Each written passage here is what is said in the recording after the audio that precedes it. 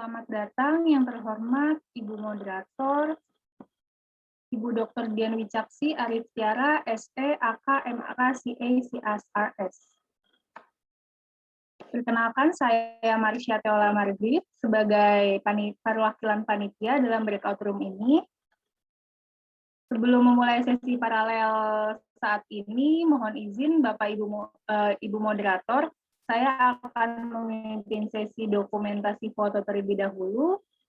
Jadi untuk Bapak atau Ibu silakan dinyalakan kameranya, karena saya akan mengambil foto terlebih dahulu.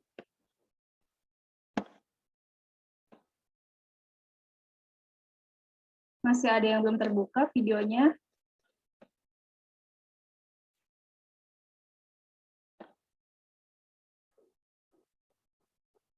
Silakan untuk Bapak Ibu yang belum menyalakan kamera, dimohon untuk menyalakan kamera terlebih dahulu karena saya akan mengambil sesi dokumentasi foto.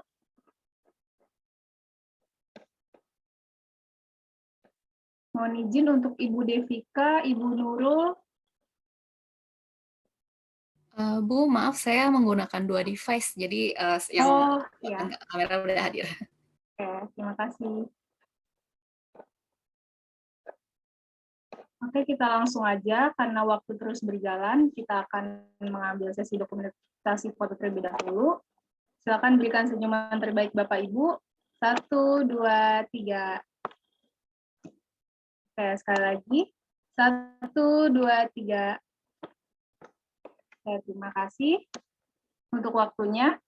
Saya juga akan mengingatkan bahwa 2 menit terakhir sebelum waktu presentasi atau tanya jawab berakhir, saya akan mengingatkan melalui on-mic. Jadi mohon maaf apabila nanti saya memotong presentasi atau waktu tanya jawab Bapak Ibu.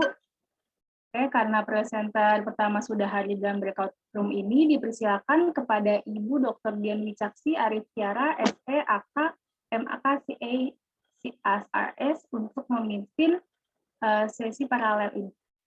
Dipersilakan Ibu Dian.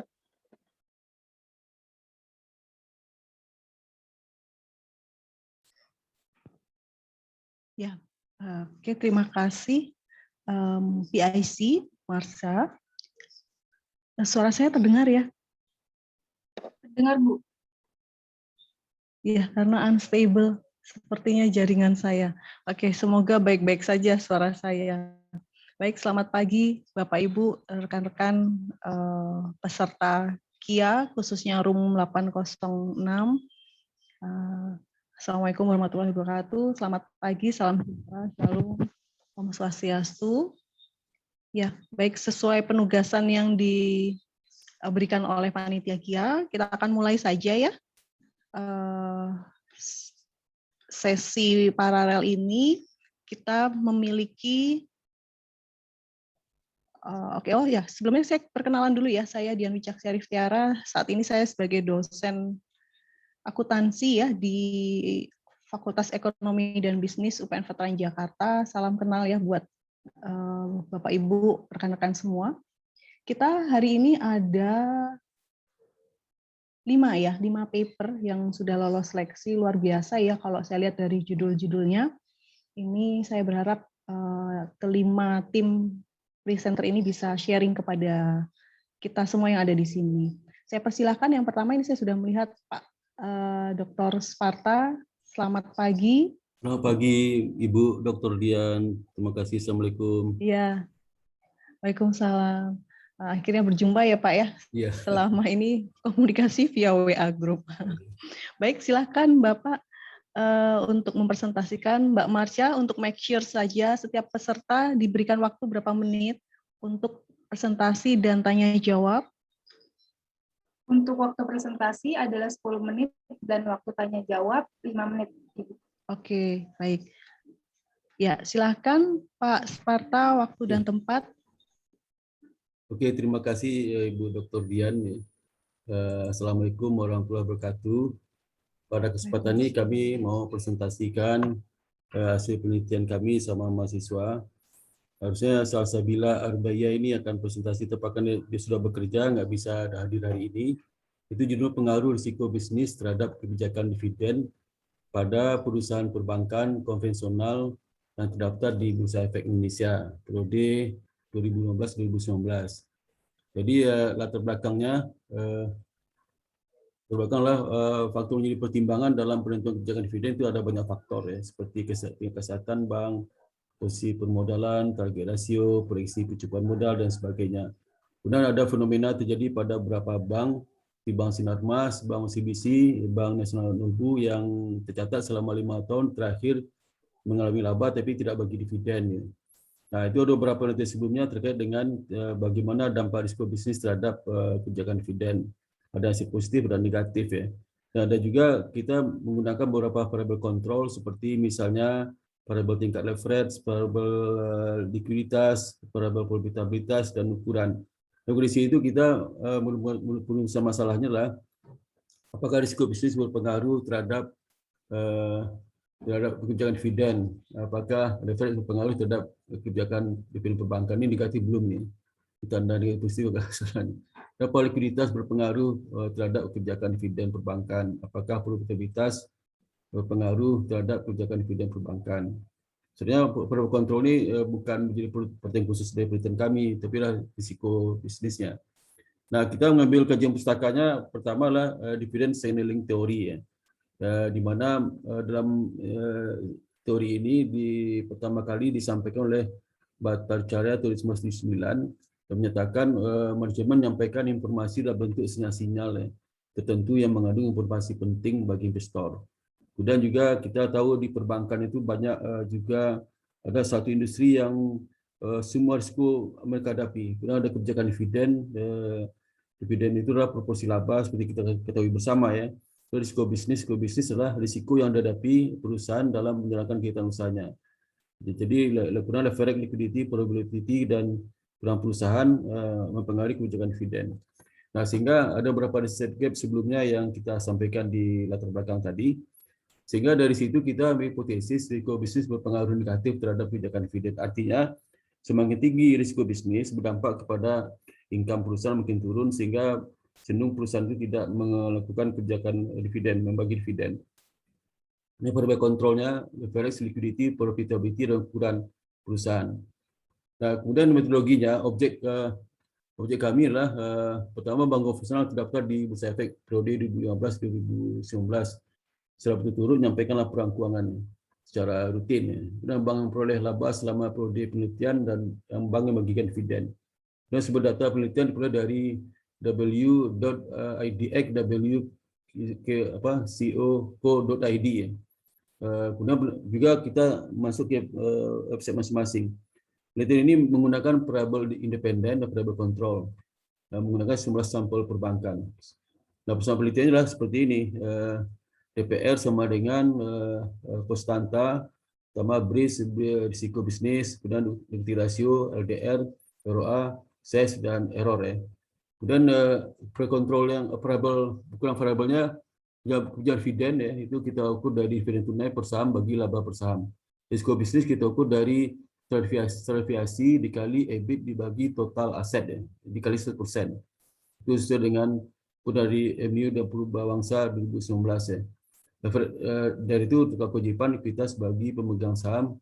Likuiditas ukurannya sebagaimana kita ketahui profitabilitas ukuran perusahaan loan size ya. Nah, kita hasilnya lah ini nama bank kita teliti ya, ada 19 bank. Kemudian statistik deskriptif seperti ini ya. Kemudian juga multicollinearity dari hubungan antara masing-masing independent variable tidak ada hubungan yang signifikan, ada di batas 85% sudah nggak ada. Kemudian juga uji dari residual regresi yang kita dapatkan itu kondisi terdistribusi normal residualnya sehingga persamaan regresi kita boleh layak untuk digunakan sebagai analisis untuk menguji hipotesis. Kemudian juga uji hetero tidak ada dari masing-masing independent variable berkorelasi dengan standar deviasinya residual intinya. Kemudian juga penelitian regresi ini kita lihat dari ternyata risiko bisnis itu berpengaruh negatif terhadap kebijakan dividen dengan probability 0,0472 sehingga terbukti sesuai dengan teori dan kontrol yang signifikan hanya sisanya nggak ada. Memang saya sering-sering mengalami signifikan. Kemudian uji autokorelasi tidak ada. Kemudian hasil pembahasannya menunjukkan bahwasanya risiko bisnis berpengaruh negatif terhadap kebijakan dividen. Artinya pada perusahaan dengan risiko bisnis tinggi terdapat kemungkinan di mana perusahaan tersebut tidak mampu dalam membiayai personal perusahaan yang berdampak pada penggunaan laba yang diperoleh. Aplikasi hasil inilah bagi investor kenaikan risiko personal ada kemungkinan perbankan hasilnya kenaikan risiko ada kemungkinan perbankan tidak akan bayar dividen yang dibayarkan turun dibandingkan sebelumnya, sehingga melakukan keputusan jual atau tetap bertahan memiliki saham perbankan dalam jangka pendek atau dalam jangka panjang. Bagi manajemen, hasil perikal penelitian ini harus meningkatkan mitigasi terhadap risiko personal sehingga tidak menimbulkan sinyal negatif bagi investor pasar modal. Kesimpulannya ini ya, sesuai dengan hasil tadi itu kita ketahui bisnis negatif, kemudian darinya ukuran perusahaan yang positif ya. Kemudian keterbatasan kebijakan dividen hanya diukur dengan proxy dividen per rasio ya. Mungkin ada metode lain, penelitiannya menggunakan 5 variabel dependen, kemudian bisa menggunakan fungsi lain kalau yang untuk dividen, kemudian bisa menggunakan variabel kontrol lain seperti gender, penasam dan dewan direksi, serta karakter dewan direksi.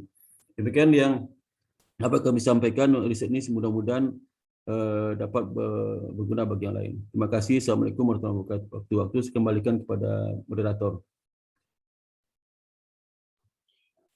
Ya, baik, terima kasih. Wassalamualaikum warahmatullahi wabarakatuh. Riset yang luar biasa ya Pak ya.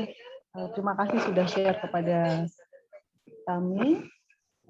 Sebelum saya bertanya atau mengomentari, silakan saya jika ada rekan-rekan yang ingin memberikan tanggapan, saya persilahkan.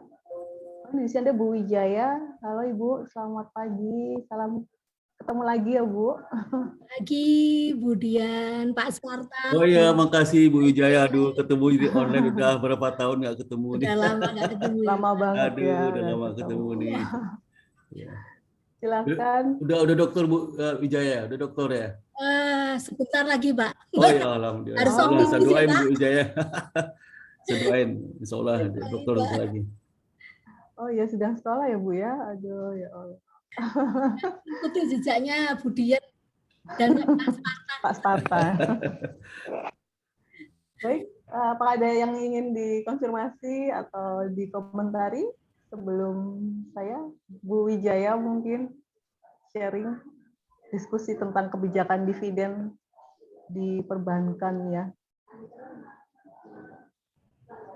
Iya, mungkin saya sedikit ini saja bahwa riset-riset di perbankan memang saat ini memang harus lebih giat ya Pak Sparta ya, karena situasinya sangat bisa merubah segala sesuatu di lembaga keuangan juga perbankan dalam hal ini.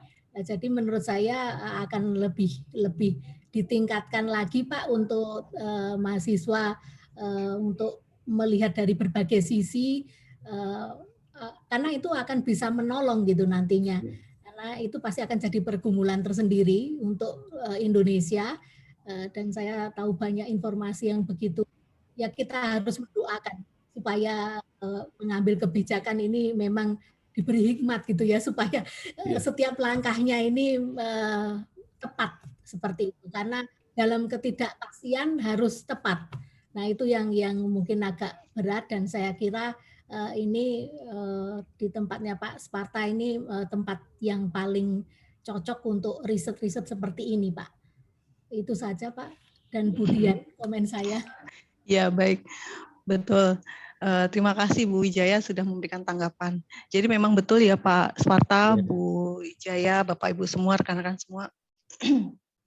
Apalagi kalau ini menarik ya, kenapa kok saya bilang menarik? Karena resiko bisnis dan perbankan. Nah, memang kalau kita lihat ya Bapak Ibu, di kondisi yang saat ini tentu saja ya pada saat pandemi ini kan berarti resiko yang dihadapi oleh perbankan itu kan tinggi ya, terkait karena memang kita tahu kebijakan dari pemerintah juga kemarin terkait dengan bunga, kebijakan kredit seperti itu kan ya. Jadi ini memang sangat relevan. Meskipun kalau kita lihat dari periodenya masih belum terdampak ya, kalau di antara 2015 sampai 2019 untuk yang kondisi yang current isunya yaitu pandemik. Ini sangat menarik Pak Sparta kalau memang rekan-rekan di sini ingin melanjutkan riset ini gitu ya Bu Ijaya ya. Betul sekali. Lebih kalau saya lihat kontribusi riset ini memang ke resiko bisnis ya. Jadi itu yang memang membedakan riset ini dengan riset-riset lain yaitu resiko bisnis. Nah, ini menarik karena kita bisa melanjutkan ya tentang resiko bisnis ini kita bawa ke isu yang saat ini gitu ya, isu perekonomian. Ya, isu pandemik seperti ini. Dan kita bisa kawinkan dengan kehadiran syariah. Seperti itu kan, itu juga dapat sebagai resiko seperti itu. Kemudian ini tadi mengukur resiko bisnis menggunakan apa Pak? Saya kok. Oke ini Pak, Bu. Ya. Ini deviasi dari EBIT dibagi total aset. Oh. Earning before income and oh iya betul. Nah, apalagi yang kondisi volatile ini ya Pak ya, ini sangat menarik sebetulnya. Atau kita bisa bawa, mungkin bisa nanti saran dari riset ini kita bawa ke kondisi before after pandemic atau during pandemic. Ini sangat menarik ya. Karena resiko bisnis betul. Untuk yang lain-lain saya tidak ada masalah Pak. Jadi terima kasih Pak Sparta untuk bersama Mbak Dian, Bu Dian. Untuk menyajikan paper ini memang kontribusinya sangat relevan sebetulnya untuk yang current issue sekarang. Jadi mungkin kalau saya lihat umur bank juga mungkin ada bisa kita keluarkan untuk menjadi kontrol variabel ya. Kalau kita lihat dari deskriptif itu tadi ada yang listingnya sudah mulai tahun 90-an gitu ya Pak ya. Jadi itu mungkin bisa menjadi pengaruh juga, orang lebih trust pada ini ya kan Pak. Orang lebih trust pada perusahaan atau bank yang memang sudah mature gitu kan ya, sudah aman di sana. Nah seperti itu. Oke, Bapak terima kasih atas sharingnya, luar biasa. Semoga bisa paling tidak kita lanjutkan ke publikasi ya Pak. Seperti itu. Bu Dian, terima kasih banyak Bu Dian. Ya, sukses sekali, sukses selalu Pak Sparta. Iya, Bapak Ibu yang lain apakah ada